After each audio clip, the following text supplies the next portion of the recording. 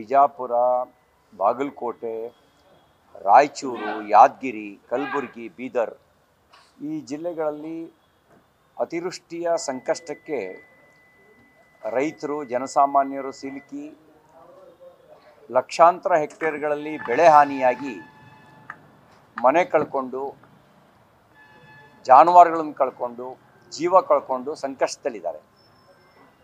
ಬಹುತೇಕ ಜಿಲ್ಲೆಗಳಲ್ಲಿ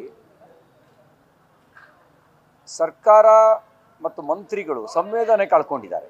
ಈಗ ಬೆಳಗಾಂ ಜಿಲ್ಲೆನೇ ತಗೊಳ್ಳಿ, ಮಂತ್ರಿಗಳಿಗೆ ಜನರ ಸಂಕಷ್ಟಕ್ಕಿಂತ ಚುನಾವಣೆಯ ಪ್ರತಿಷ್ಠೆಯೇ ದೊಡ್ಡದಾಗಿದೆ.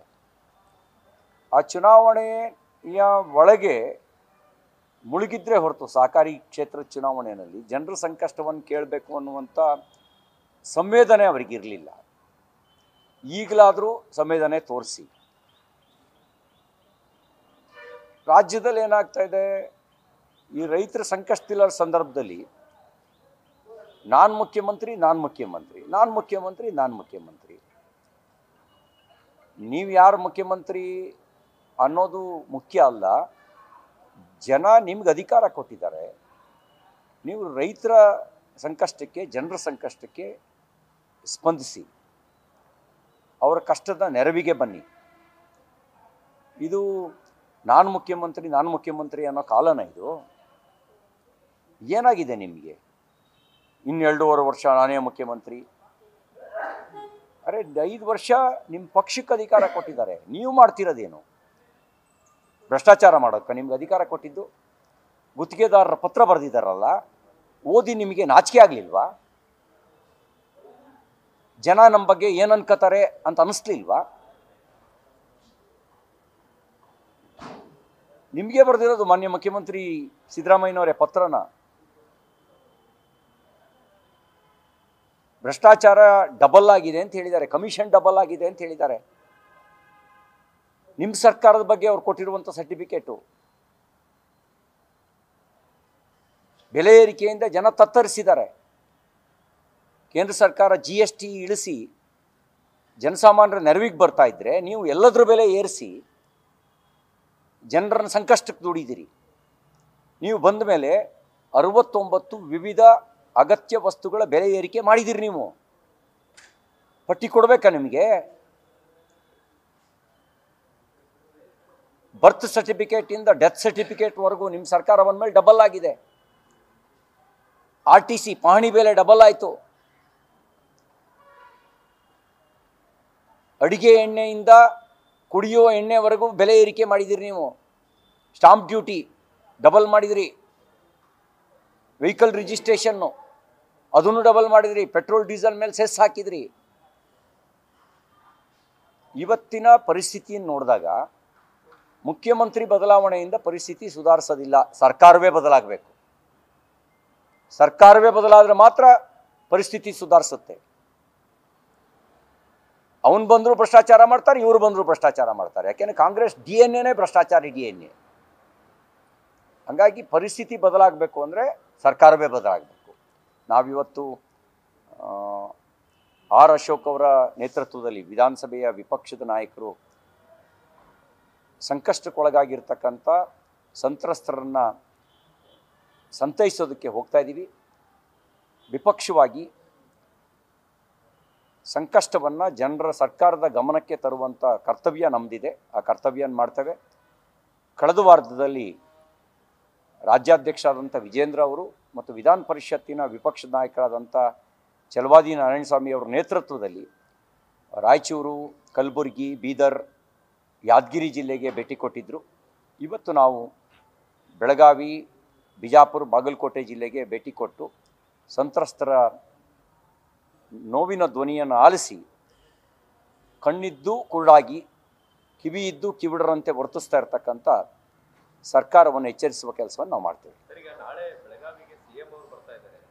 ಈ ಸೂಪರ್ ಸ್ಪೆಷಾಲಿಟಿ ಅದ್ರ ಬಗ್ಗೆ ಎಲ್ಲೂ ಕೂಡ ಭೇಟಿ ಕೊಡಲಿಲ್ಲ, ರೈತರಿಗೆ ಸಮಸ್ಯೆಗೆ ಸ್ಪಂದಿಸುವಂಥದ್ದನ್ನು ಮಾಡ್ತಾ ಇಲ್ಲ. ನಾನು ಇಲ್ಲಿ ಬರಬೇಕಾದ್ರೆ ಕೇಳಿದೆ, ಏನು ಮಾಡ್ತಾ ಇದ್ದಾರೆ ಜಿಲ್ಲೆಯ ಸಚಿವರುಗಳು, ಉಸ್ತುವಾರಿ ಸಚಿವರ ಸೇರಿದಂತೆ. ಸಾರ್ 2 ತಿಂಗಳಿಂದ ಅವರಿಗೆ ಎಲೆಕ್ಷನ್ನೇ ದೊಡ್ಡದಾಗಿತ್ತು ಸಾರ್ ಅಂದರು. ನಾವು ಎಲೆಕ್ಷನ್ನು ಬಗ್ಗೆ ನಮ್ಮದು ನಿರ್ಲಕ್ಷ್ಯ ವಹಿಸಬೇಕು ಅಂತ ಹೇಳಲ್ಲ, ಆದರೆ ಆದ್ಯತೆ ಯಾವುದಕ್ಕೆ? ಮುಖ್ಯಮಂತ್ರಿಗಳಿಗೂ ನಾನು ಆದ್ಯತೆ ನಿಮ್ದು ಯಾವುದು ಅಂತ ಕೇಳಕ್ಕೆ ಬಯಸ್ತೇನೆ. ನೀವು ಉದ್ಘಾಟನೆ ಮಾಡೋದು ತಪ್ಪು ಅಂತ ನಾನು ಹೇಳಲ್ಲ, ನಿಮಗೆ ಸಂವಿಧಾನಬದ್ಧವಾಗಿರ್ತಕ್ಕಂಥ ಅಧಿಕಾರ, ಆದರೆ ಯಾವುದಕ್ಕೆ ಆದ್ಯತೆ ನಿಮ್ಮದು? ರೈತರು ಬೆಳೆ ಕಳ್ಕೊಂಡು ಸಂಕಷ್ಟದಲ್ಲಿದ್ದಾಗ ಅವ್ರಿಗೆ ಸ್ಪಂದಿಸೋದು ನಿಮ್ಮ ಆದ್ಯತೆನೋ, ಸಂಭ್ರಮ ಪಡೋದು ನಿಮ್ಮ ಆದ್ಯತೆನೋ? ನಿಮ್ಮ ನಡವಳಿಕೆಗಳನ್ನು ನೋಡಿದಾಗ ಸಂಕಷ್ಟಕ್ಕೆ ಸ್ಪಂದಿಸೋದಕ್ಕಿಂತ ಸಂಭ್ರಮ ಪಡೋದೇ ನಿಮ್ಮ ಆದ್ಯತೆಯಾಗಿ ಕಾಣ್ತಾ ಇದೆ. ಈ ಒಂದು ಮನೋಭಾವನೆ ಪ್ರಜಾಪ್ರಭುತ್ವ ವ್ಯವಸ್ಥೆಗೆ ತಕ್ಕದಾಗಿರ್ತಕ್ಕಂಥ ನಡವಳಿಕೆಯಲ್ಲ, ಮಾನವೀಯ ಸಂವೇದನೆ ಇರತಕ್ಕಂಥ ನಡವಳಿಕೆ ಅಲ್ಲ.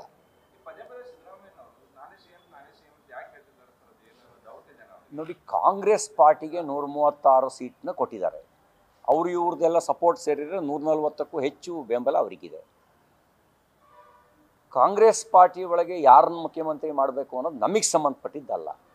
ನಮ್ಮ ಕಳಕಳಿ ಇರೋದು ನಿಮ್ಮ ಭ್ರಷ್ಟಾಚಾರದ ಬಗ್ಗೆ, ನಮ್ಮ ಕಳಕಳಿ ಇರೋದು ಬೆಲೆ ಏರಿಕೆ ಬಗ್ಗೆ, ನಮ್ಮ ಚಿಂತೆ ಇರೋದು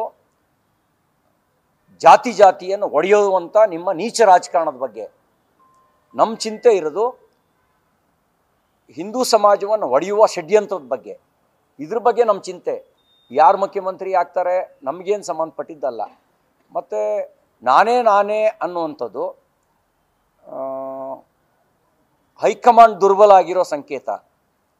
ಕೆಲವು ದಶಕಗಳ ಹಿಂದೆ ಕಾಂಗ್ರೆಸ್ ಒಳಗೆ ನಾನೇ ಅಂದೋನು ಒಂದು ಕ್ಷಣನೂ ಇರ್ತಿರಲಿಲ್ಲ. ಯಾಕೆಂದರೆ ಯಾರಿದ್ರೂ ಅದು ಹೈಕಮಾಂಡ್ ತೀರ್ಮಾನ ಮಾಡುತ್ತೆ, ರಾಹುಲ್ ಗಾಂಧಿಯವರು ತೀರ್ಮಾನ ಮಾಡ್ತಾರೆ, AICC ಅಧ್ಯಕ್ಷರು ತೀರ್ಮಾನ ಮಾಡ್ತಾರೆ ಅಂತ ಹೇಳುವ ಪರಿಪಾಠ ಕಾಂಗ್ರೆಸ್ ಒಳಗಿತ್ತು. ಈಗ ನಾನೇ ಅಂದರೆ ಸಿದ್ದರಾಮಯ್ಯನವ್ರು ಹೈಕಮಾಂಡಿಗೆ ಸೆಡ್ ಹೊಡೆದಿದ್ದಾರೆ, ಹೈಕಮಾಂಡ್ ವೀಕ್ ಆಗಿದೆ ಅನ್ನೋದರ ಲಕ್ಷಣ ಇದು. ಹೈಕಮಾಂಡ್ ಸ್ಟ್ರಾಂಗ್ ಇದ್ದಿದ್ರೆ ನಾನೇ ಅನ್ನೋರು ಒಂದು ಕ್ಷಣನೂ ಸಹಿಸ್ಕೋತಿರ್ಲಿಲ್ಲ. ಸಹಿಸ್ಕೊಂಡಿದೆ ಅಂದರೆ high command it is very weak.